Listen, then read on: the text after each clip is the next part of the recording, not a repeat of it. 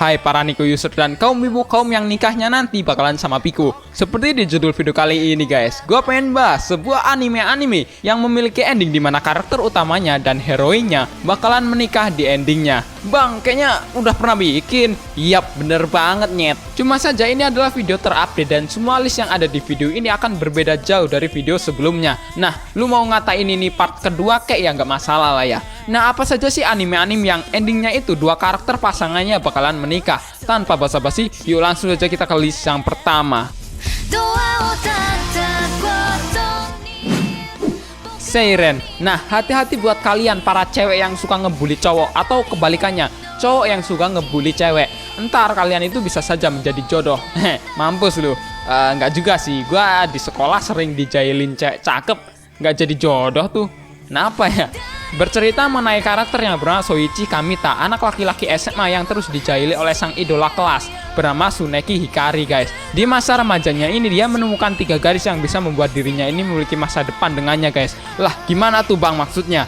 Nggak ngerti gua. Ya bisa dibilang sebuah ramalan dimana Soichi ini nantinya bakalan menjalin sebuah kisah dari salah satu gadis tersebut sampai menikah. Tapi sebenarnya di sisi lain dia ini sangat lembut.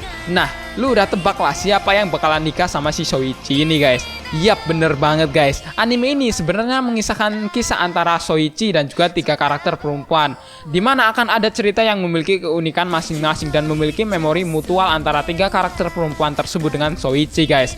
Enak ya, PDKT sekaligus sama 3 cewek gitulah kita. Dah lah, nggak usah dibahas.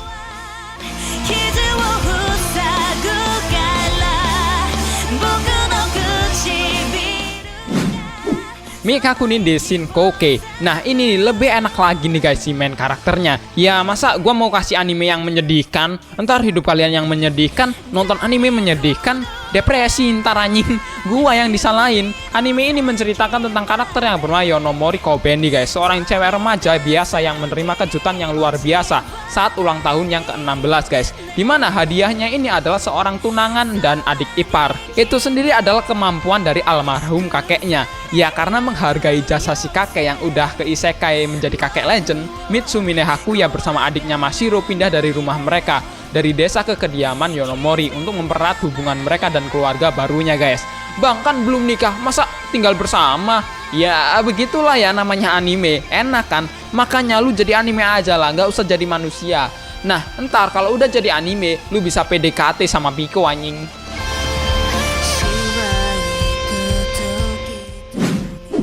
Tokyo Ghoul. Nah buat kalian yang ngebet banget nih pengen lihat adegan nikah dan juga ski di papap sawah di cup biskuit ahoynya, cuma ya hanya tersedia di season terakhir Tokyo Ghoul RE season kedua atau Tokyo Ghoul season keempatnya. Mengisahkan tentang karakter yang bernama Kaneki Ken yang mengalami suatu kejadian yang tidak menyenangkan, yaitu bertemu dengan seorang ghoul.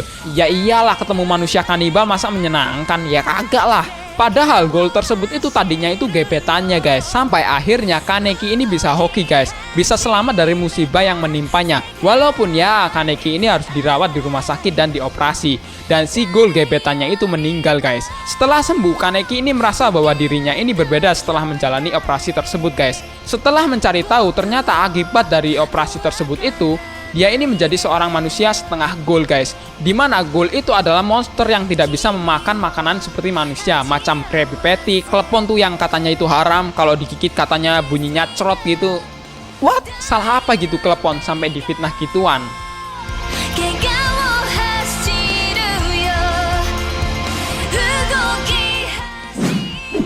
Grand Case Senki.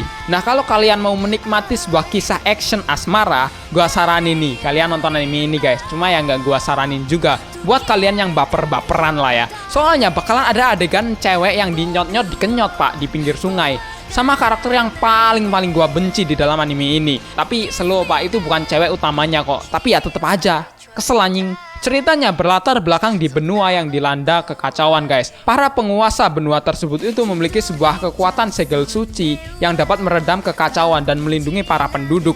Akan tetapi selanjutnya para penguasa mulai saling berebutan segel dan juga mengabaikan para rakyat mereka. Geram akan hal tersebut itu, Shiluka dan Theo ini saling bekerja sama untuk mengakhiri kekacauan dan peperangan yang menurut gua itu kayak bocah banget. Mana nanti ada NTR tai Pikonya lagi, ada.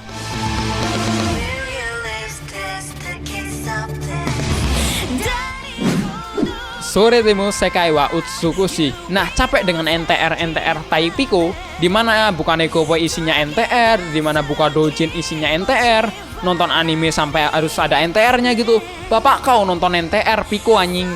Anime ini menceritakan tentang Raja Livius dari kerajaan cerah yang dikenal sebagai pria jenius yang menakutkan.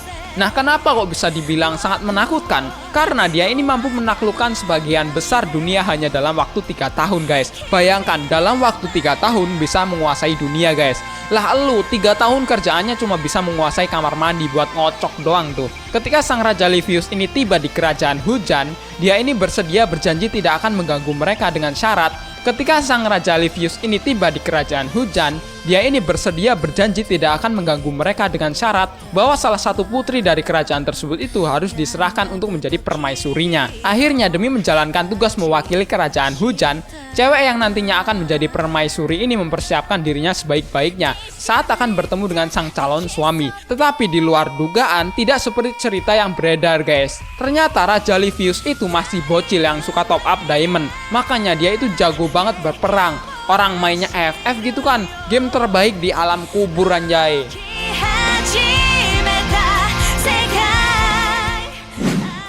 3D Kanojo. Nah, sama nih seperti Tokyo Ghoul, guys. Nanti bakalan ada adegan ski di papap, sawadika, biskuit, klepon, cerot gitu. Hei haram, hei bocil dilarang ya. Sewibu-wibunya kalian cobalah meniru karakter si Hikari Susui ini, guys. Hikari Susui adalah seseorang siswa biasa di sekolah, guys.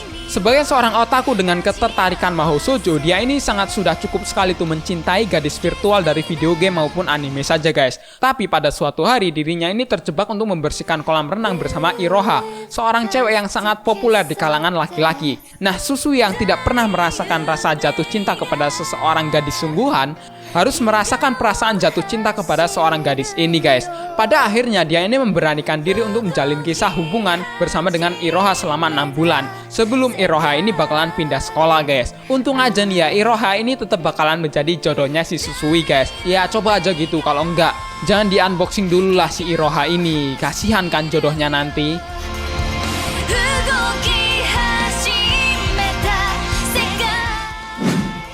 Kami no Mizu Shiru Sekai. Nah, buat kalian yang fuckboy recehan, belajarlah dari si Keima ini, guys. Walaupun dia ini fuckboy ya, tapi dia ini memiliki hati yang baik, cakep, jenius, pokoknya keren dah. Dibandingkan dengan kalian yang modal tampang klepon aja sosokan jadi fuckboy.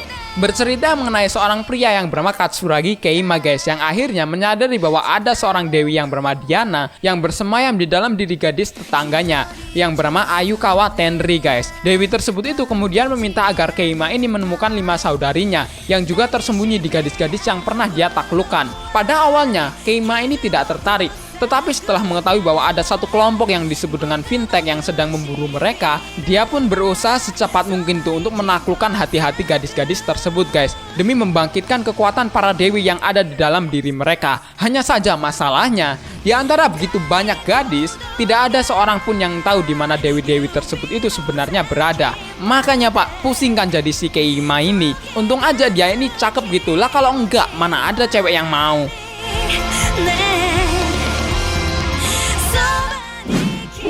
Darling in the Franxx. Bang, tapi kan tenang dulu ya.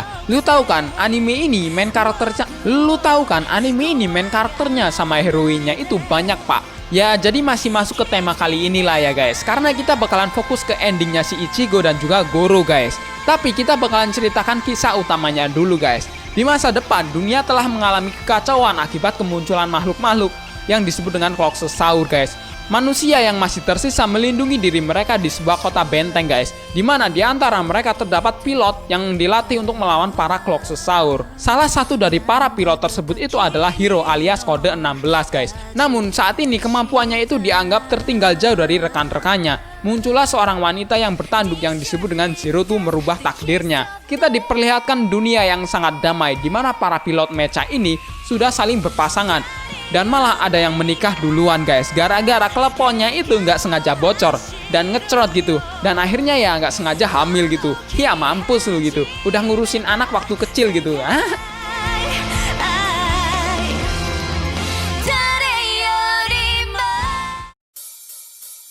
Nah, itulah anime-anime di mana karakter utamanya ini dengan sang heroin bakalan menikah di endingnya guys, sebagai seorang pasangan. Buat kalian yang ingin nonton part sebelumnya, tuh linknya ada di deskripsi video ini atau di pojok kanan atas tuh. Manakah anime-anime yang paling kalian favoritin? Tulis ya di kolom komentar. Seperti biasa, thanks for watching this video. Saya user yang kamu Sampai jumpa di next episode.